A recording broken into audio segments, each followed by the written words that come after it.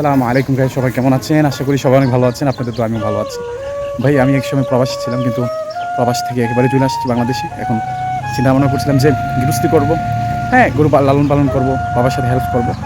তো আসলে জীবনে আমি যেগুলো করি নাই, এখন গরু পালতেছি, ঠিক আছে, গৃহস্থী করতেছি। এখন আজকে আসছি গরুর জন্য ঘাস তোলার জন্য। দেখি, একেবারে নিয়েও আমি, ঠিক আছে, কখনো ঘাস তুলি নাই। দেখা যাবে আজকে কতটুকু ঘাস তুলতে পারি, দেখা যাবে। আপনারাও দেখতে থাকেন।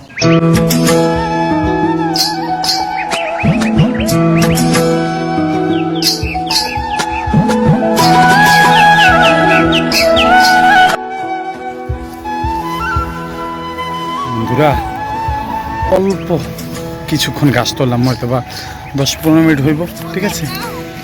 এতই ঘামাইছি বুঝছেন, দেখতে পাচ্ছেন ঘামে পুরা চেহারা অবস্থা খারাপ,